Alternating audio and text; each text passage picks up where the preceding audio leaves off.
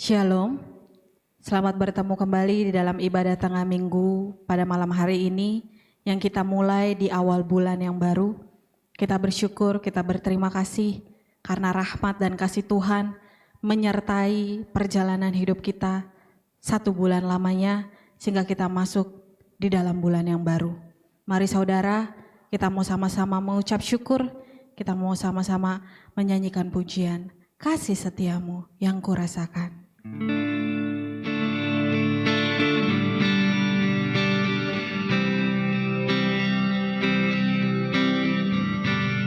Kasih setiamu yang kurasakan lebih tinggi dari langit biru. Kebaikanmu yang telah kau nyatakan lebih dalam dari lautan.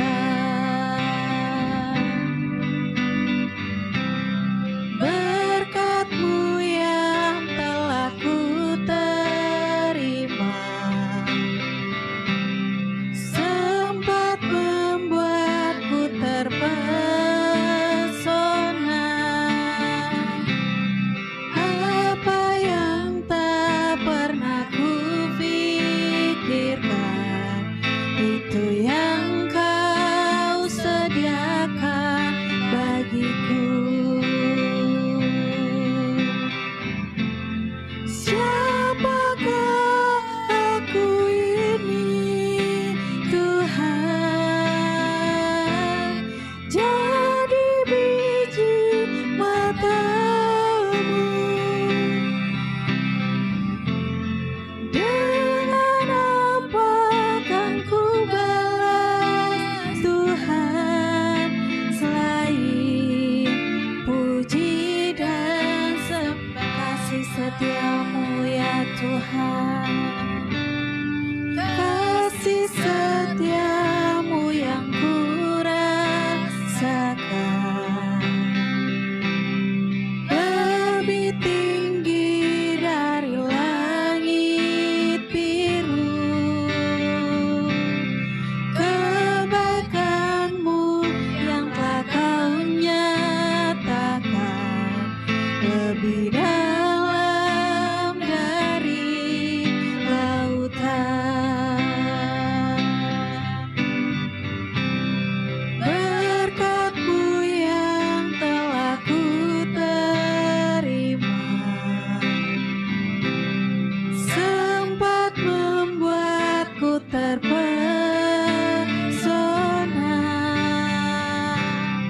Apa yang tak pernah ku pikirkan, itu yang kau sediakan bagiku.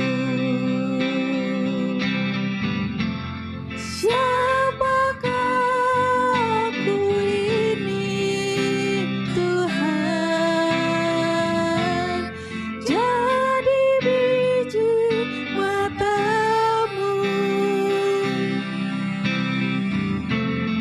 Dengan apa kan ku balas, Tuhan, selain puji dan siapa kami ya Tuhan? Siapakah aku ini, Tuhan? Jadi biji mata-Mu.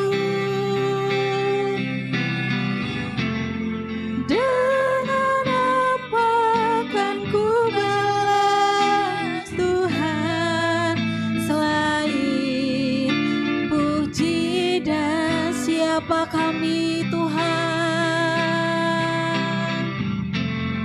Siapakah aku ini, Tuhan? Jadi biji mata-Mu.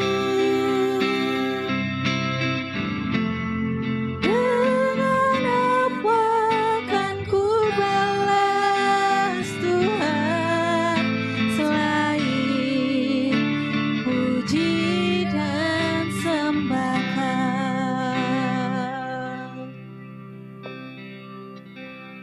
Bapa di surga, dengan apakah kami balas segala kebaikan-Mu, segala anugerah-Mu yang sungguh besar di dalam kehidupan kami. Tiada lagi ya Tuhan, selain kami serahkan seluruh hidup kami untuk masuk di dalam rencana dan kehendak-Mu. Engkau pakai seturut dengan kehendak-Mu.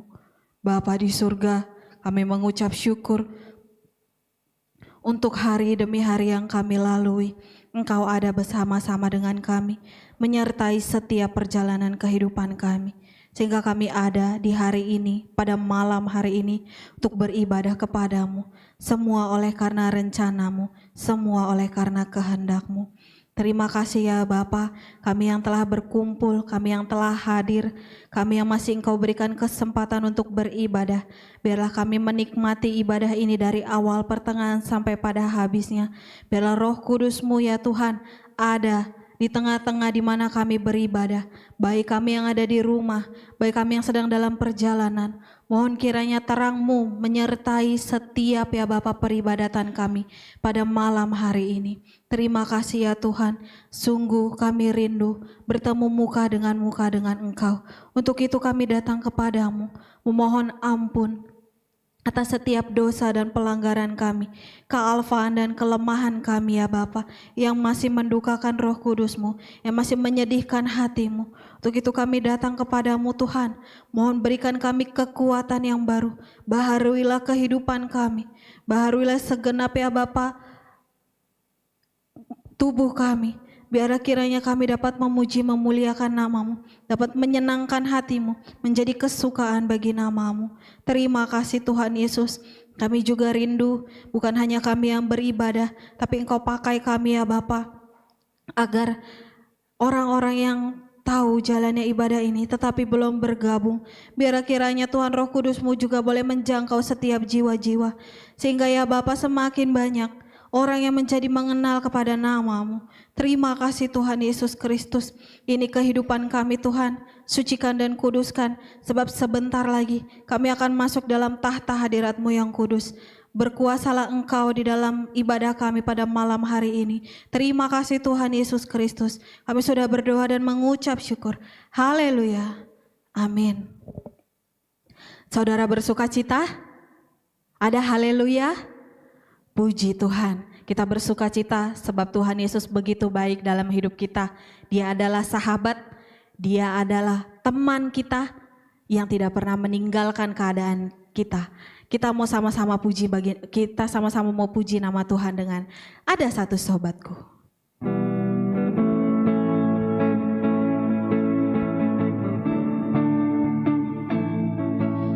Ada satu sobatku yang setia, tak pernah dia tinggalkan diriku.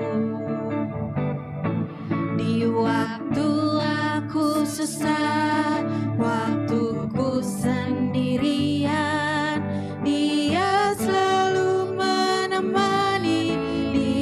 Katakan ada satu sobatku. Ada satu sobatku yang setia, tak pernah dia tinggalkan diriku. Di waktu aku susah, waktuku sendirian, dia selalu menemani diriku. Namanya Yesus, namanya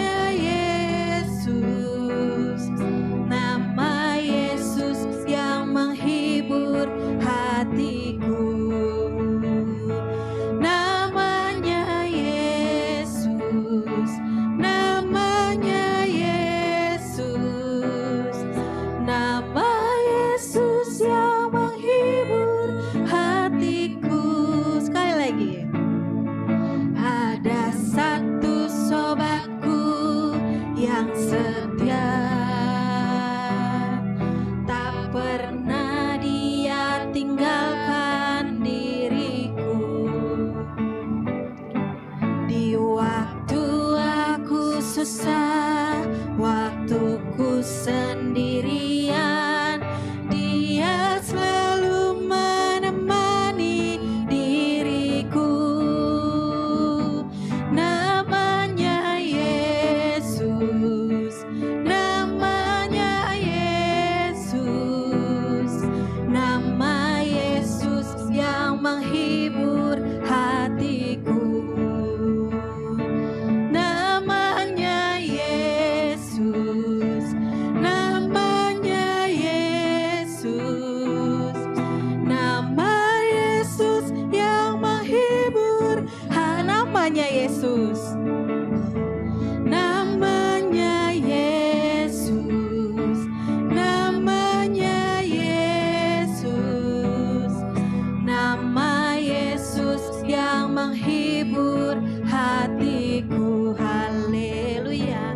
Namanya Yesus, namanya Yesus, nama Yesus yang menghibur hati. Nama Yesus yang menghibur, nama Yesus yang menghibur hatiku. Haleluya. Saudara tahu siapa namanya yang tidak pernah meninggalkan kita? Sobat yang sangat setia kepada kita? Namanya Tuhan Yesus. Dia adalah Allah yang baik. Dia Allah yang sangat menjaga dan juga Allah yang menyertai seluruh penghidupan kita. Mari kita angkat pujian, Tuhan Yesus baik.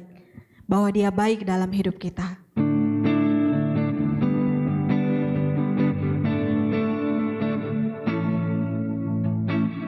Tiada berkesudahan kasih setiamu Tuhan, selalu baru rahmat-Mu bagiku. Hari berganti hari, tetap kulihat kasih-Mu, tak pernah berakhir di hidupku. Tuhan Yesus baik, sungguh amat baik, untuk selama-lamanya. Tuhan Yesus baik, tiada berkesudahan, tiada berkesudahan kasih setiamu Tuhan, selalu baru rahmat-Mu bagiku. Hari berganti hari, tetap kulihat kasih-Mu, tak pernah berakhir di hidupku. Tuhan Yesus baik, sungguh amat baik, untuk selama-lamanya. Tuhan Yesus, Tuhan Yesus, Tuhan Yesus baik, sungguh amat baik, untuk selama-lamanya. Tuhan, serukan, Tuhan Yesus baik, Tuhan Yesus baik, sungguh amat baik, untuk selama-lamanya. Tuhan Yesus baik dari selama-lamanya, dari selama-lamanya sampai selama-lamanya, untuk selama-lamanya.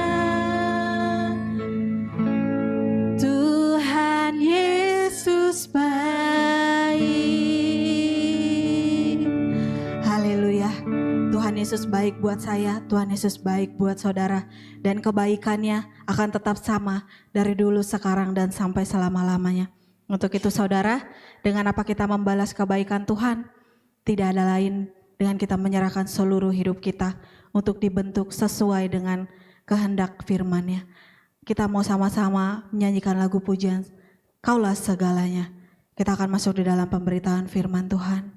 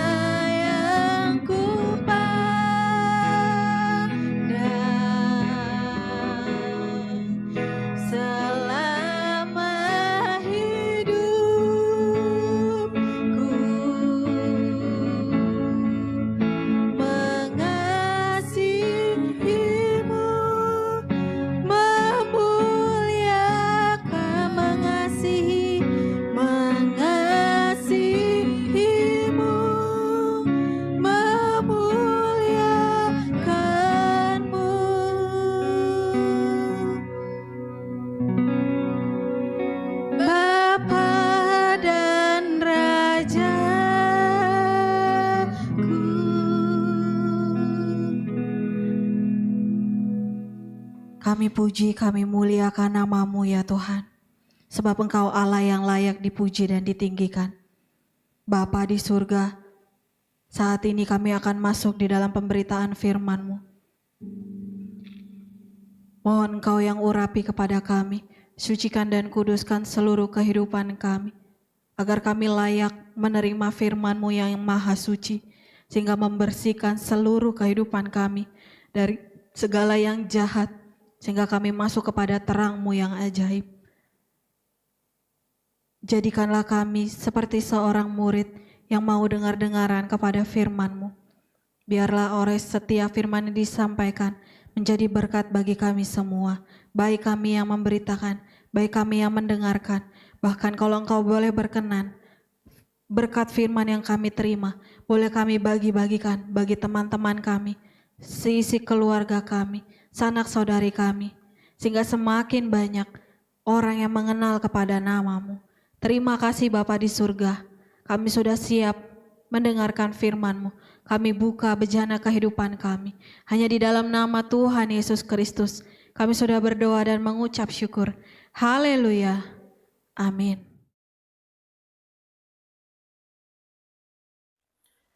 Shalom Bapak Ibu Saudara Jemaat GBS Baladewa yang dikasih Tuhan. Kita berjumpa lagi dalam ibadah tengah minggu pada sore hari ini. Dan kita akan belajar lagi kebenaran firman Tuhan. Dan saya akan melanjutkan tema yang saya bawa, yaitu hamba yang bermetamorfosa bagian ketiga. Bapak Ibu Saudara, kita akan belajar bersama-sama dalam kebenaran firman Tuhan. Nah, bersama-sama kita buka dulu ya dalam nats kita. Kita buka ya, ini temanya adalah hamba yang bermetamorfosa, itu merdeka dari kemunafikan. Nah, kita buka nats kita ada di Matius 15 ayat 7 sampai dengan ayat yang ke-9. Bapak Ibu Saudara boleh lihat di layar HP, layar tab, layar laptop Bapak Ibu Saudara, di situ sudah saya tuliskan Matius 15 ayat 7 sampai 9. Kita baca bersama-sama. Demikianlah firman Tuhan. Hai orang-orang munafik, benarlah nubuat Yesaya tentang kamu. Bangsa ini memuliakan aku dengan bibirnya, padahal hatinya jauh daripadaku. Percuma mereka beribadah kepadaku, sedangkan ajaran yang mereka ajarkan ialah perintah manusia. Bapak Ibu Saudara, kalau kita melihat ya, kita lihat pada nats ini, Tuhan Yesus sedang mengutip kitab Yesaya gitu ya, untuk menegur siapa? Menegur orang-orang Farisi dan ahli-ahli Taurat gitu ya. Jadi peristiwanya adalah orang Farisi ini menegur murid-murid Tuhan Yesus gitu ya, karena mereka tidak mencuci tangan sebelum makan gitu ya. Tetapi Tuhan Yesus balik menegur mereka gitu ya. Jadi apakah Tuhan Yesus ini membela diri ya, atau ini adalah bentuk defense mechanism Tuhan Yesus? Tentu saja ini bukan pembelaan diri Tuhan Yesus ya, karena membela muridnya semata itu bukan. Juga bukan karena defense mekanismenya Tuhan Yesus, itu bukan. Tetapi kenapa? Kita akan melihat Bapak Ibu Saudara. Jadi apa maksud Tuhan Yesus ya, ketika ada orang Farisi datang seolah baik gitu ya, menegur dia, menegur murid-muridnya gitu ya, karena tidak mencuci tangan sebelum makan. Nah, kita lihat apa maksud Tuhan Yesus gitu. Maksud Tuhan Yesus yang pertama, Yesus melihat jauh lebih dalam isi hati orang dan pikiran orang-orang Farisi dan ahli Taurat. Kita harus memahami satu hal ini dulu Bapak Ibu Saudara. Jadi sebelum kita memutuskan sebenarnya apa maksud Tuhan Yesus, sebelum kita menginterpretasi sebenarnya apa maksud Tuhan Yesus, kita perlu tahu ya bahwa Tuhan Yesus ini adalah Allah yang Maha Tahu ya, Tuhan. Jadi Dia bisa meneliti hati setiap orang ya. Jadi meskipun orang itu ngomong kelihatannya sangat baik gitu ya, tapi Tuhan Yesus bisa melihat kedalaman hatinya. Nah, ini yang luar biasa dari dalam diri Tuhan ya kan, seperti itu gitu ya.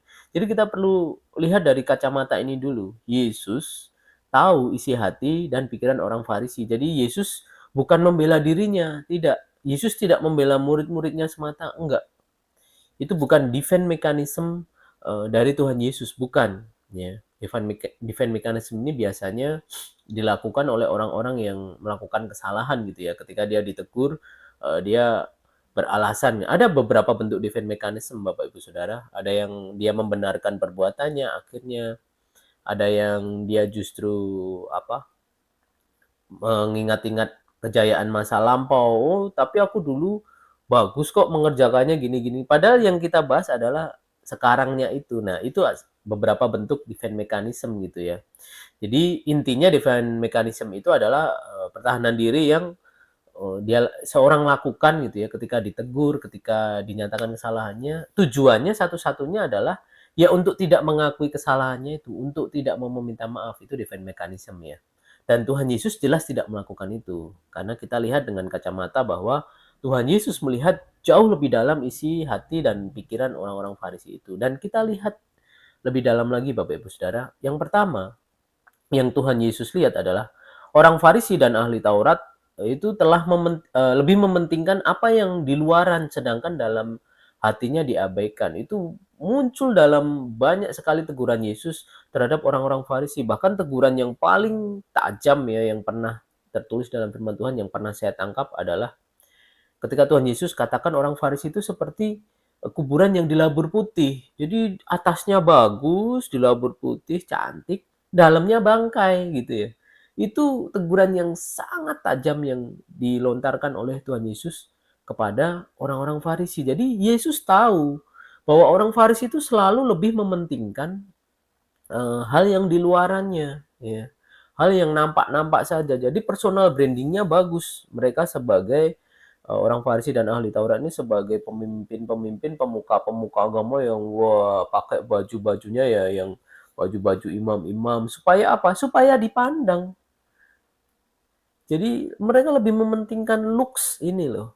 Tapi dalamnya benar-benar sama sekali diabaikan.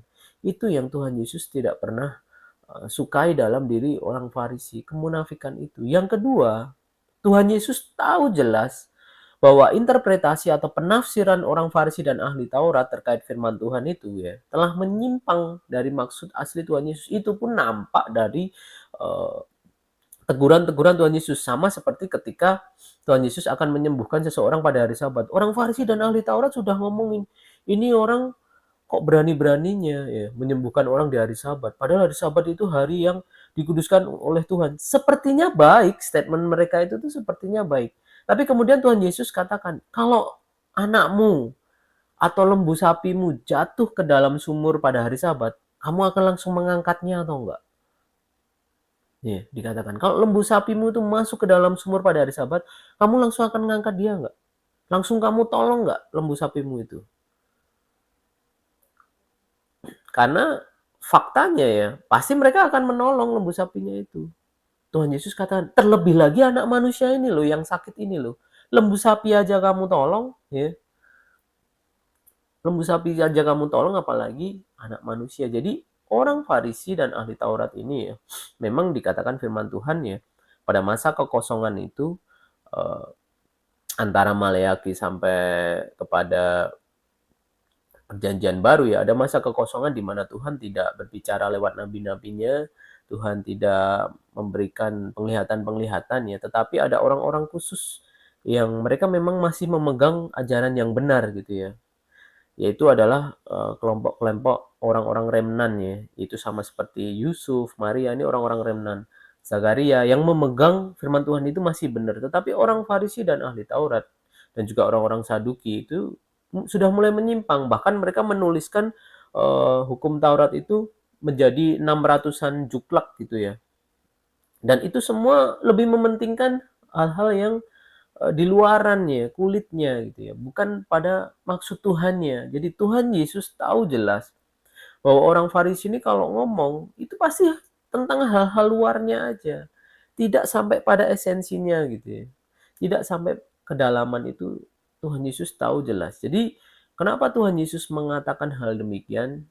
Yesus langsung mengutip kitab Yesaya ketika orang Farisi dan ahli Taurat ini menegur murid-murid Yesus yang tidak cuci tangan tadi, ya karena Yesus tahu bahwa orang Farisi dan ahli Taurat ini bahkan mereka telah menyimpang gitu ya dari ajaran yang benar. Dan ketika interpretasi mereka sudah menyimpang ya, maka perilakunya juga menyimpang.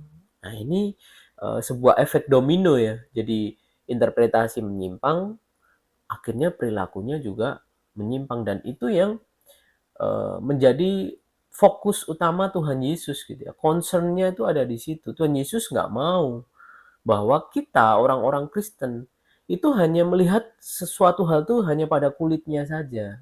Tetapi Tuhan Yesus mau melihat sampai kedalamannya. Oleh karenanya Bapak Ibu Saudara, kita sebagai hamba Tuhan hari ini, pelayan Tuhan hari ini, kita perlu mengoreksi diri kita gitu ya.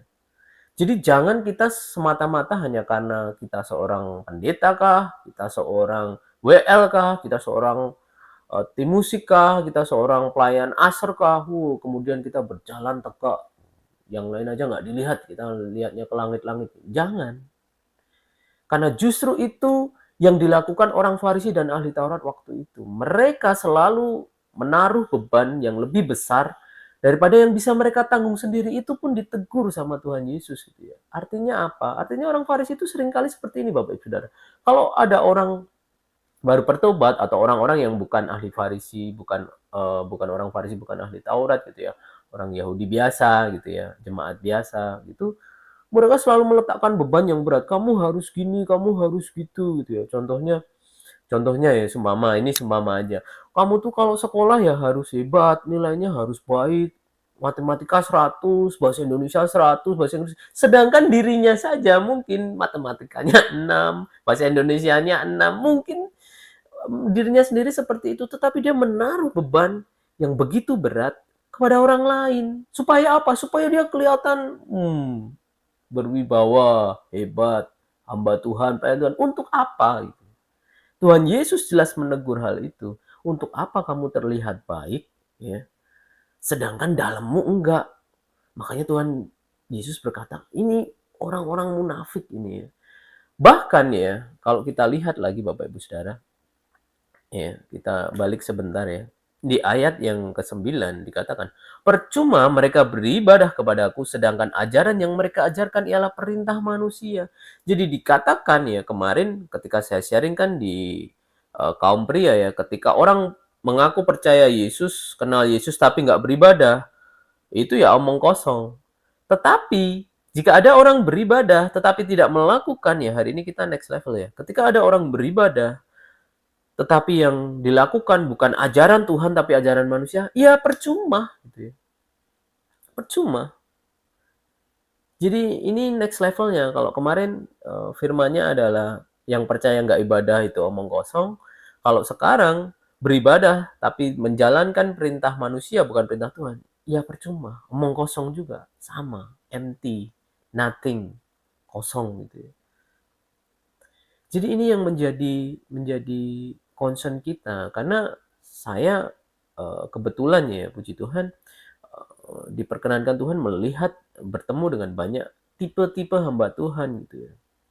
Dan sebagian yang saya lihat memang bukan benar-benar hamba Tuhan, walaupun dia datang dengan profesi pendeta, tapi kita tahu ini hamba uang, bukan hamba Tuhan ini. Karena dia melakukan segala sesuatu kalau ada uangnya, berarti ini hamba uang, bukan hamba Tuhan. Kalau hamba Tuhan bekerja ya sesuai dengan perintah Tuhan, bukan perintah uang gitu ya.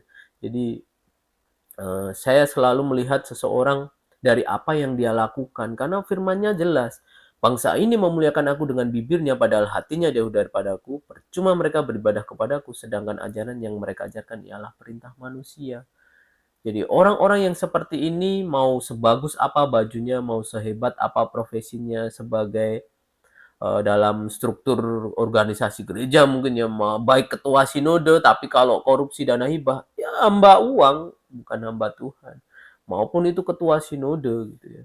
Jadi kita perlu meneliti, kita perlu melihat gitu ya. Karena sebaik apapun kita mempresentasikan diri kita kepada orang lain, tetap Tuhan Yesus tahu isi hati kita Bapak Ibu Saudara. Tuhan Yesus tahu apa yang ada di dalam hati dan pikiran kita. Jadi kita nggak usah capek-capek gitu ya. Untuk kita, kalau ke gereja pakai baju yang bagus ya, melayani seolah gitu. Tapi hatinya nggak pernah untuk Tuhan. Karena yang dia lakukan bukan perintah Tuhan gitu ya. Supaya dilihat saja, supaya dilihat dia rajin ke gereja, supaya dilihat dia rajin melayani. Itu percuma firman Tuhan katakan. Karena Tuhan melihat hati kita. Ini saya ajak kita berpikir next level ya. Jadi pola pikirnya bukan lagi boleh tidak, bukan, tetapi motif. Ya, ini lebih dalam lagi. Sehingga kita bisa melihat diri kita ini benar atau enggak sih? Sudah benar atau enggak sih kita ini tuh? Kita melayani itu setiap minggu ini benar-benar karena terpanggil, panggilan Tuhan, kita lakukan dengan segenap hati kita, atau karena takut dimarahi Bapak Ibu Pendeta karena nggak mau melayani, takut dicap tidak taat atau memberontak karena nggak mau melayani, atau hanya karena itu gitu. Nah kita ubah, pikiran kita itu kita ubah. Yang sudah benar kita lanjutkan, yang masih salah kita ubah. Supaya apa? Supaya sesuai dengan kebenaran firman Tuhan ini gitu ya. Dan inilah yang perlu kita lakukan Bapak Ibu Saudara untuk kita bisa keluar uh, dari apa ya, pusaran atau jebakan kemunafikan itu. Yang kita lakukan yang pertama adalah kita harus belajar firman Tuhan secara benar. Yaitu harus secara eksegesa. Kita benar-benar menarik keluar apa maksud Tuhan dari firman itu. Kita harus benar-benar baca gitu ya. Kita harus benar-benar memahami isi firman Tuhan. Nggak bisa lagi kita hanya baca urut. Baca urut itu baik, Bapak Ibu Saudara. Itu baik sekali. Tetapi kalau Bapak Ibu Saudara tidak pernah ya meneliti lebih dalam, ya pengetahuan Bapak Ibu Saudara hanya sedangkal itu, hanya sedangkal overview itu. Walaupun itu baik, itu bagus daripada enggak sama sekali kan. Tetapi sekali lagi saya ajak untuk berpikirnya next level. Baca urut iya, oke. Baca khatam itu good, bagus gitu ya. Tapi tanpa eksegesa, tanpa mendalami lebih dalam, ya Bapak Ibu Saudara pengertiannya hanya akan sedangkal itu. Tidak akan berkembang, tidak akan bertumbuh. Sedangkan kita setiap kali mau mendengarkan firman Tuhan, setiap kali kita mau belajar firman Tuhan, kita mintanya untuk kita bertumbuh dalam kebenaran firman Tuhan, tetapi tidak pernah membaca secara benar, tidak pernah membaca secara lebih dalam gitu ya. Ya tidak bisa gitu ya. Dan saya bersyukur ya, kita sudah mulai belajar melalui pemuritan juga anak-anak muda ya. Jadi setiap 1 bulan itu mungkin ada 2 kali pertemuan kami pemuritan gitu. Dan kita mengajak anak-anak muda ini untuk lebih dalam lagi melihat sebuah kitab itu ya. Dan mereka yang setia ya mereka bertumbuh gitu. Saya melihat pola pikir mereka mulai berubah. Dulu yang pola pikirnya nggak runtut, nggak urut, sudah mulai berubah, sudah mulai runtut, sudah mulai urut. Ada yang masih ragu-ragu, mulai ditantang keraguan-raguannya itu supaya lebih yakin lagi. Nah, saya melihat ini suatu hal yang baik gitu ya, sinyal-sinyal yang baik gitu. Kemudian yang kedua, setelah kita mengerti itu, tentu tidak kita simpan dalam hati saja, tetapi kemudian mengubah pola pikir kita untuk disesuaikan kebenaran firman Tuhan. Jadi memang kesulitan seorang percaya itu seringkali mungkin dulu pernah mendengar interpretasi yang mungkin tidak tepat gitu ya. Kemudian sekarang tahu yang lebih benar, tetapi untuk menerima itu susah. Itu wajar terjadi Bapak Ibu Saudara.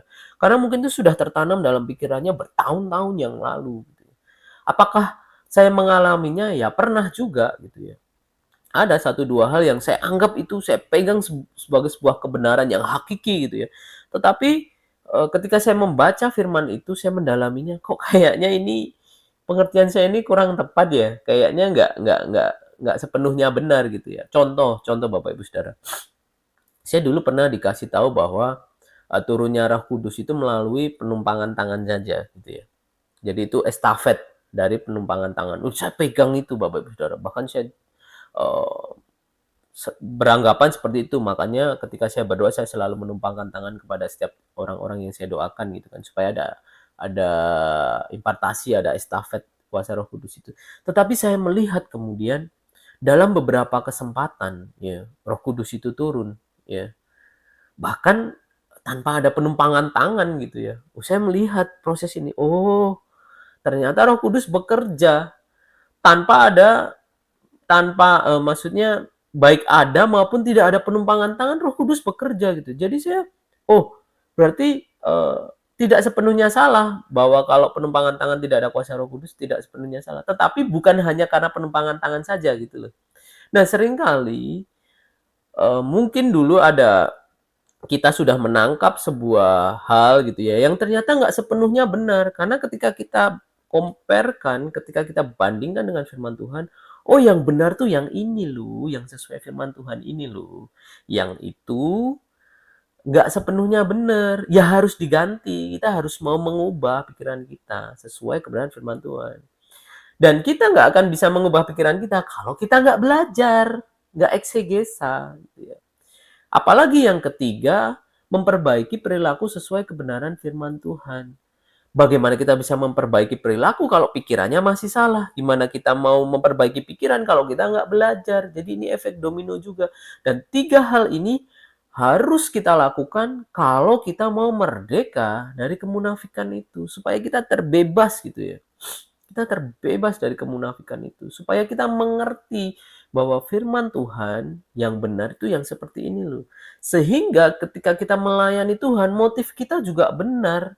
Bukan lagi untuk gagah-gagahan, keren-kerenan. Wah, aku loh, nggak usah latihan. Wah, main musik tuh nggak usah latihan, langsung aja. Deng kita main, ini skillku udah jago ini. Bahkan Bapak Ibu Saudara, band-band terkenal dunia pun kelas dunia latihan sebelum mereka konser tuh latihan. Ini kita untuk Tuhan loh, gitu loh. Ini untuk Tuhan, jangan main-main gitu loh. Jadi selalu jangan kita dipengaruhi, jangan kita dikontrol oleh kemunafikan itu. Dan yang akibat yang paling fatal dari kemunafikan adalah orang-orang yang munafik selalu making exception dalam dirinya. Making exception apa? Jadi dia buat pengecualian. Orang lain nggak boleh gini, orang lain nggak boleh gitu. Tapi dirinya sendiri melakukan. Nah ini yang lebih bahaya dalam kemunafikan itu. Gitu ya. Jadi seumpama dia melarang orang ini, kamu nggak boleh loh ini kalau sering terjadi dalam itu ya, dulu pelayanan di remaja tuh sering terjadi gitu. Jadi dikatakan kamu nggak boleh pacaran gonta-ganti gini-gini, tapi yang ngomong sering gonta-ganti pacar juga di dalam itu dulu sering terjadi. Saya lihat itu making exception ya, dia membuat pengecualian untuk dirinya. Orang lain nggak boleh salah, tapi dia boleh dong, aku kan manusia gitu loh. Jadi ini yang sering terjadi, ini yang paling bahaya dari kemunafikan itu. Dan oleh karenanya Bapak Ibu Saudara, mari kita belajar kebenaran firman Tuhan itu dengan benar, dengan eksegesa. Kita tarik kebenaran itu dari Alkitab ya. Kita belajar tuh urut ya.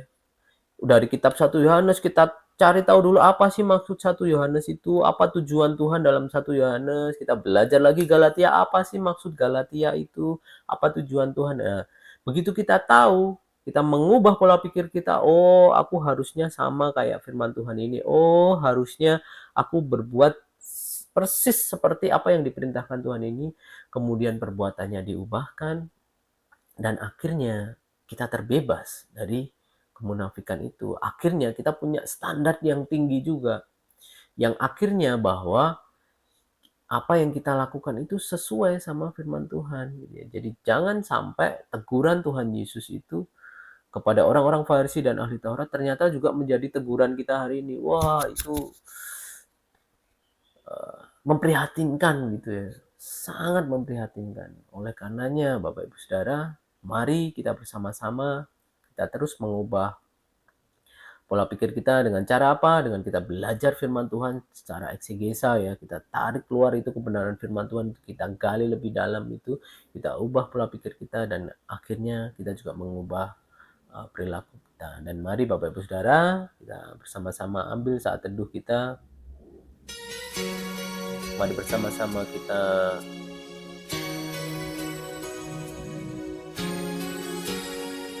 memujikan pujian ini dengan sepenuh hati kita sambil kita merenungkan apakah setiap hal yang kita lakukan itu ada di dalam kemunafikan atau sudah ada di dalam kebenaran. Tapi jika belum kita temukan kita di dalam kebenaran itu, marilah bersama-sama kita mengubah hati dengan sepenuh hati kita menunjukkan, jadikanku Allah dalam rumah-Mu. Inilah hidupku di tangan-Mu. Bentuklah seluruh kehendak-Mu. Pakailah sesuai rencana-Mu. Ku mau seperti-Mu, Yesus, disempurnakan selalu dalam segenap jalanku, memuliakan nama-Mu. Ku mau seperti-Mu, Yesus, disempurnakan selalu dalam segenap jalanku, memuliakan nama-Mu.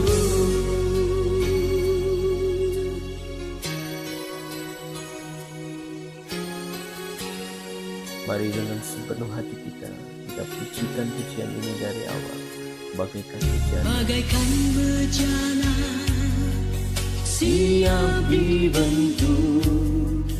Demikian hidupku di tangan-Mu, dengan urapan kuasa Roh-Mu, ku dibaharui selalu. Jadikan ku Allah dalam rumah-Mu. Inilah hidupku di tangan-Mu. Bentuklah seluruh kehendak-Mu. Pakailah sesuai rencana-Mu.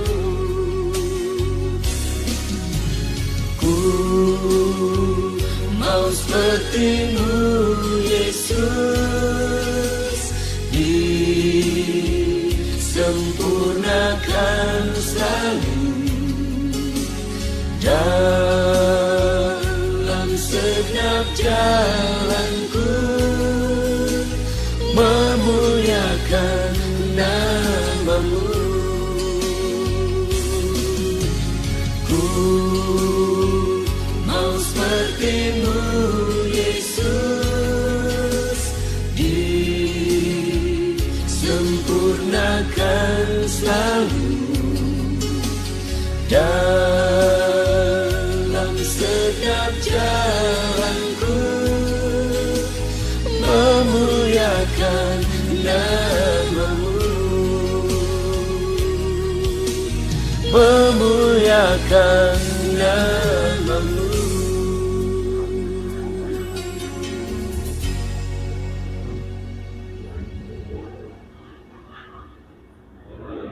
Bapa di surga, kami sungguh mengucap syukur Tuhan atas segala kebenaran firman Tuhan yang telah Tuhan berikan pada sore hari ini.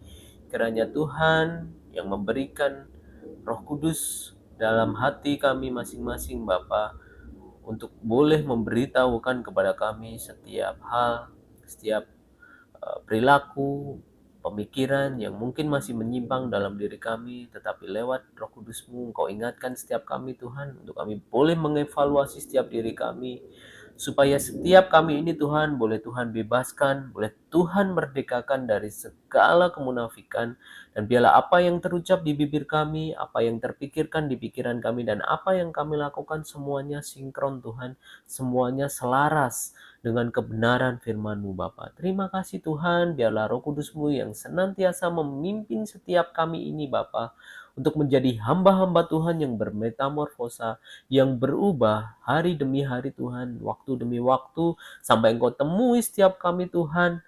Suatu saat nanti kami semua serupa dengan-Mu ya Yesus. Terima kasih Tuhan Yesus, terima kasih. Biarlah firman Tuhan ini Tuhan materaikan di dalam hati dan pikiran kami, dan mengubahkan setiap kami Bapa, menjadi hamba-hamba Tuhan yang baik, yang sesuai dengan kebenaran firman-Mu. Terima kasih Tuhan, dan sebelum kami menutup ibadah kami pada sore hari ini, izinkan kami berdoa dengan doa yang Tuhan Yesus ajarkan kepada kami. Bapa kami yang di surga, dikuduskanlah nama-Mu, datanglah kerajaan-Mu, jadilah kehendak-Mu di bumi seperti di surga. Berikanlah kami pada hari ini Tuhan, makanan kami yang secukupnya, dan ampunilah kami akan kesalahan kami, seperti kami juga mengampuni orang yang bersalah kepada kami, dan janganlah Engkau membawa kami ke dalam pencobaan, tetapi lepaskanlah kami daripada yang jahat, karena Engkaulah yang mempunyai kerajaan dan kuasa dan kemuliaan sampai selama-lamanya. Haleluya Bapa, haleluya. Di dalam nama Yesus kami berdoa dan mengucap syukur, haleluya. Amin. Shalom Bapak Ibu Saudara.